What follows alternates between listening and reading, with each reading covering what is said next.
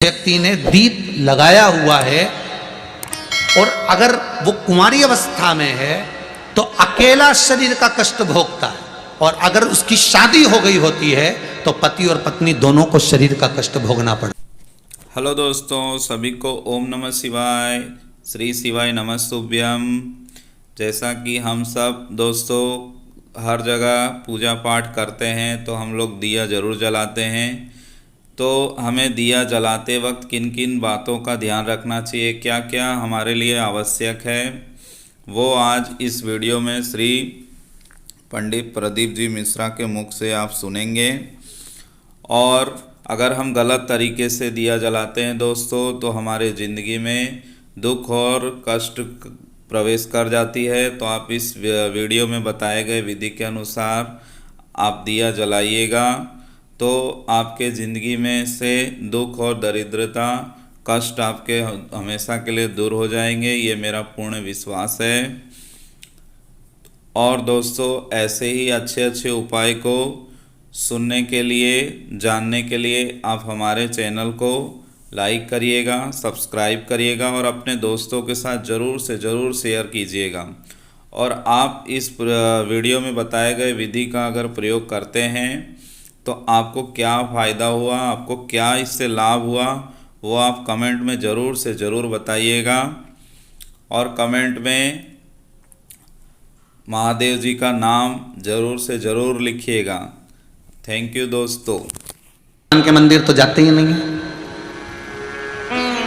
साधु तब करते हैं, भगवान के मंदिर नहीं जाते। सन्यासी तब करते हैं, वो भगवान के मंदिर नहीं जाते। और आप कह रहे हो कि भगवान के मंदिर में जाकर दुख कटेगा, तो हमने कहा तपस्वी को कौन सा दुख है? जब उसने तप करने बैठा तो दुख कौन सा है? सन्यासी को कौन सा दुख है? सन्यास लेकर बैठा है तो दुख आएगा कहाँ से? साधक को कौन सा दुख है? जब साधना में बैठ गया तो दुख मिठा कर ही बैठा होगा ना। दुख तुझे है तो तुझे उसके दरवाजे पर जाना पड़ेगा। और अगर भगवान के मंदिर पर नहीं गए, भगवान के द्वार नहीं गए तो क्या दुख नहीं कटेगा? बिल्कुल नहीं कटेगा। सतयुग होता तो कट जाता, तेरे घर पे दुख कट जाता। त्रेता होता तो भी तेरे घर पर दुख कट जाता। द्वापर होता तो भी तेरे घर पे दुख कट जाता। पर कलयुग है, कलयुग में दुख तो भगवान के दरवाजे पर जाने पर ही कटेगा। पहले के लोग, अब सतयुग में निकालो जरा पुराना समय और आज का समय, और सरल भाषा में समझ लो अच्छे से। पहले के जमाने में नाई की दुकान पे लोग कटिंग कराने नहीं जाते थे। बोलो जाते थे? जितने लोग टीवी पर कथा सुन रहे, जितने मोबाइल पर सुन रहे, बोलो ईमानदारी से, कोई नाई की दुकान होती थी पहले के समय में? कोई नाई की दुकान नहीं होती थी। नाई खुद आता था, तुम्हारे यहाँ के बाल काट के जाता था। काटता था कि नहीं काटता था? आओ साहब बेटा ने कपड़ा मपड़ा लगा ही दिया ऐसा, और यहाँ से डोरी मोरी बांध के और काट कुटा के और चले गए। कपड़ा पिनाता कि नहीं पिनाता? अरे बोलो तो सही, पिनाए नहीं, ऐसी डोरी का कपड़ा पिना दे और बिठा दे ऐसा बढ़िया। और जो बच्चे छोटे छोटे रहते थे उनको एक पटिया लगा के बिठा देते हैं। पहले नाई जो था ना, वो इसकी दुकान नहीं होती थी, नाई की कोई दुकान नहीं होती थी। पहले नाई घर घर जाता था, कपड़ा बांधता ने काट देता, बस। सतयुग में कोई दुकान थी क्या नाई की? बोलते जाओ जम के, नहीं। त्रेता में नहीं, द्वापर में नहीं, कलयुग में अब है। तो अब क्या हो रहा है कि नाई की दुकान पे जाना पड़ेगा, बाल कटवाना पड़ेगा, बस अंतर इतना है। सतयुग में भगवान दुख बैठे बैठे तुम्हारे घर पर आकर काट देता था। त्रेता में भगवान तुम्हारा दुख तुम्हारे घर पर आकर काट देता था। द्वापर में भगवान दुख तुम्हारे घर पर आकर काट देता था। पर कलयुग में तो तुम्हें नाई की दुकान जाना पड़ेगा, कपड़ा बंधवाना पड़ेगा, तब वो काटेगा। उसी तरह कलयुग में तुम्हें भगवान के दरवाजे पर जाना पड़ेगा, भक्ति का चीर बांधना पड़ेगा, तो वो दुख काट देगा। ये पक्का, ये पक्का तैयार बैठा है काटने के लिए। बिल्कुल। कितना सुंदर संवाद है वहां, बहुत ध्यान दीजिएगा जरा। अग्नि पुराण, स्कंद पुराण, दोनों पुराण में स्मरण करिएगा। कार्तिक खंड स्कंद पुराण का पढ़िए और अग्नि पुराण का भाग पढ़िए। बेलपत्री का पेड़ हो, पीपल का पेड़ हो, बड़ का वृक्ष हो, चाहे आंवले का वृक्ष हो, चाहे घर मंदिर से बाहर जाकर, अर्थात घर से बाहर जाकर, मंदिर से बाहर जाकर खुले में अगर आप कोई दिया जला रहे हो, दीप प्रकट कर रहे हो, तो उसमें इतना घी, इतना तेल मत डालकर जलाना कि दिया ठंडा हो जाए और तेल और घी उसमें पड़ा की पड़ा रह जाए। ध्यान दीजिएगा महाराज।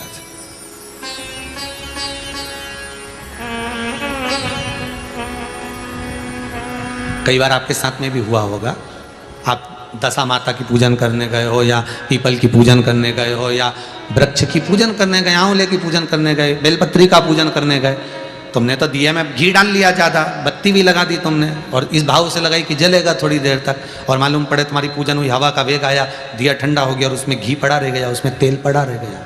महाराज, जिस व्यक्ति ने दिया लगाया है, जिस व्यक्ति ने दीप लगाया हुआ है, और अगर वो कुंवारी अवस्था में है तो अकेला शरीर का कष्ट भोगता है, और अगर उसकी शादी हो गई होती है तो पति और पत्नी दोनों को शरीर का कष्ट भोगना पड़ता है। कहीं कमर दुखेगी, कहीं घुटना दुखेगा, कहीं पीठ दुखेगी, आंखों में जलन होगी, कहीं ये सिर का जो गले का भाग होगा, कान के पास का ये दुखना चालू हो जाएगा, ये पीछे का भाग दुखेगा। तो कई डॉक्टरों को दिखाओगे, इलाज देखो जरा, क्या सब हमें जांच कर लो, जांच में तो कुछ भी नहीं निकल रहा, दवाई भी खाते हैं, थोड़े दिन आराम लगता है, फिर वैसे हो जाता है। कारण निकालना है तो कारण ढूंढो कि हमारे पुराण क्या कर रहे हैं। कारण हमने खुद उत्पन्न करा है कि किसी वृक्ष की पूजन करी, उसमें तेल घी की मात्रा इतनी बढ़ा दी कि हम तो जब तक बैठे दिया जल रहा था, उठ के गए, हवा लगी, दिया ठंडा हो गया, और उसमें जितने समय तक वो घी और तेल पड़ा हुआ है, 15 मिनट, 10 मिनट, 25 मिनट, 50 मिनट, 1 दिन, 2 दिन, 4 दिन, तो वो बार बार पलट पलट कर वो स्वास्थ्य को खराब करेगा ही, चाहे कुछ भी कर लो, कितनी भी जांच करो, कितनी भी जांच कराओ, फिर तुम अपने हॉस्पिटल में जाओ, जांच कराओ, लिख दी हमने तो कि इसकी जांच कराओ, ने उसकी जांच कराओ, पर उसको गलती ढूंढो कि अपन क्या गलती कर रहे हैं, गलती किस जगह पर हो रही है। आप आए नहीं और सुबह हो गई, मेरी पूजा की थाली धरी की धरी, क्यों नहीं आए, किस लिए?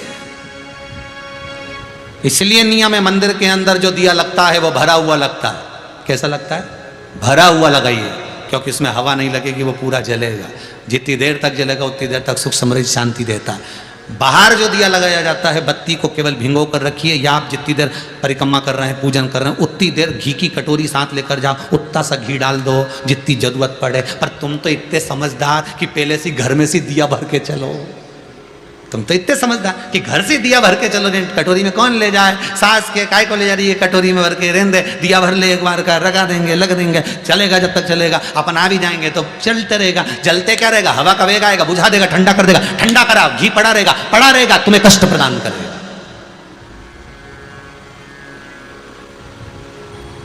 तुम्हें कष्ट,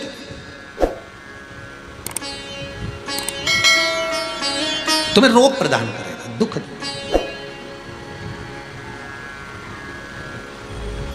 जो समझदार माताएं होती हैं ना, जो समझदार लोग होते हैं ना, वो बाहर जब भी पूजन करने जाते हैं तो प्रयास करते हैं कि घी का दिया लगा रहे हैं ना, तो उसमें प्रयास करते हैं कि आते आते उसमें कपूर का टुकड़ा पटक देते हैं। जो चतुर होते हैं वो आते आते क्या करते हैं, दिए के अंदर कपूर का टुकड़ा पटक देते हैं। कपूर का टुकड़ा पटक मतलब अपनी पूजन वूजन सब हो गई, अब अपन जाएंगे, बाहर निकलेंगे, जब तक कपूर में इतनी दम होती है कि वो उस बत्ती को पूरे को जला सकता है, वो घी को भी पूरा जला सकता है। तो इतना सा कपूर का टुकड़ा उसमें पटक के और आ जाता है, जिससे वो पूर्ण जल जाए, पूर्ण तरह से हो जाए, उसकी पूर्णता है। शिव जी कह रहे हैं ये पुत्र मेरा नहीं है, तुम इसको समुद्र में डाल दो। नहीं, समुद्र में नहीं डाल सकती, मैंने इसको गोदी में लिया, ये मेरा पुत्र है, इसको मैं रखूंगा। शंकर भगवान ने समझाया, पार्वती नहीं मानी, बहुत समझाया नहीं मानी। आखिरी में पार्वती ने समुद्र में फेंक दिया, हिरण्याक्ष ने उसको झेल लिया, पालन करा, उसका नाम अंधकासुर। हिरण्याक्ष को वराह भगवान ने मार दिया, अकेला पड़ गया। तब करा, साधना करी अंधकासुर ने, ब्रह्मा जी से वर मांगा कि मुझे वर दीजिए कि मेरे प्राण ना छूटे। ब्रह्मा जी ने कहा ऐसा हो नहीं सकता कि प्राण ना छूटे, जन्मे हो तो मरना तो पड़ेगा, संसार की रीत है, आए हो तो जाओगे, बस इतना है कि जितनी जिंदगी को अच्छे से जी सकते हो जी लो, मरना तो है, आया हो तो जाना ही पड़ेगा। अपने जीवन को खुश होकर जी लो, अपने जीवन को। और जब अपने जीवन को अपन खुश होकर जी, तो अंधकासुर ने ब्रह्मदेव से कहा मैं मरूं ना, ऐसा वर दे दो। नहीं, मरना तो पड़ेगा। तो ब्रह्मा जी से वर मांगा। अंधकासुर को मालूम था मेरे पिताजी ने कहा है ना तेरी कोई माता है ना कोई तेरा पिता है, पानी में बहकर आया था, मैंने पकड़ कर तेरा पालन किया। उसने कह दिया जिस दिन मैं अपनी माता को गलत दृष्टि से देखूं उसी दिन मरूं, उसी दिन मरूं। अब इसको क्या मालूम था, क्या मांग लिया।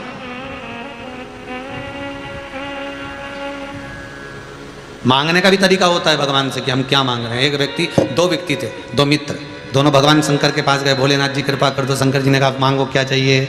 एक बोला प्रभु ऐसी कृपा करना लोग मुझे दे दे दे दे दे दे, मैं किसी को कुछ ना दूं, ऐसी कृपा करना। दूसरा बोला मांग तुझे क्या चाहिए। शंकर जी से वो बोला प्रभु ऐसी कृपा करना कि मेरे हाथ से खूब दान पुण्य संकीर्तन पुण्य होता रहे, शिव महापुराण की कथा होती रहे, मैं खूब दोनों हाथों से लुटाता रहूं, कम ना हो, खूब लुटाऊं पर कम ना पड़े। शंकर जी ने कहा तथास्तु। जिसने मांगा था कि मुझे लोग दे ही दे, वो 3 बत्ती चौराहे पे मांग रहा भीख, उसे लोग दे ही रहे, भिखारी बन गया।